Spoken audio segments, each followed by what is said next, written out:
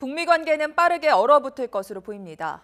하지만 미국 정부는 북핵 문제에서 여전히 외교적 해법이 우선이라고 강조했습니다. 뉴욕에서 김영수 특파원이 보도합니다.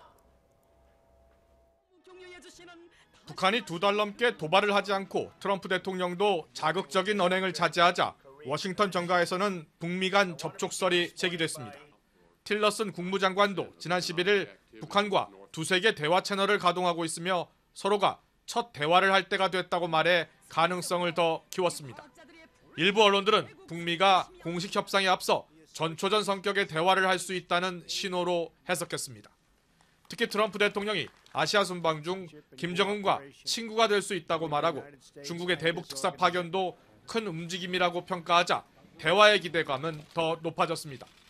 하지만 미국이 9년 만에 북한을 테러 지원국으로 재지정하기로 결정하면서 당분간 대화 기대는 어렵게 됐습니다.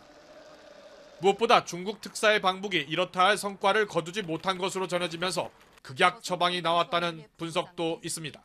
트럼프 대통령이 북한을 다시 살인 정권으로 비난하고 나서면서 북미 관계는 이전보다 더욱 악화할 것이란 전망입니다.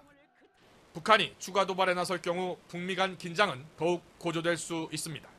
틸러슨 장관은 그러나 최대한의 압박을 통한 외교적인 해결을 거듭 강조했습니다. Again, this just continues to tighten the pressure on the Kim regime, all with an intention to have him understand this is only going to get worse until you're ready to come and talk. 트럼프 정부는 결국 북한에 대해 당장 대화보다는 최대한의 압박을 선택했습니다. 북한의 강력한 반발이 예상되는 가운데 북미 간 강대강 대치는 더욱 격화될 것으로 보입니다. 뉴욕에서 YTN 김영수입니다.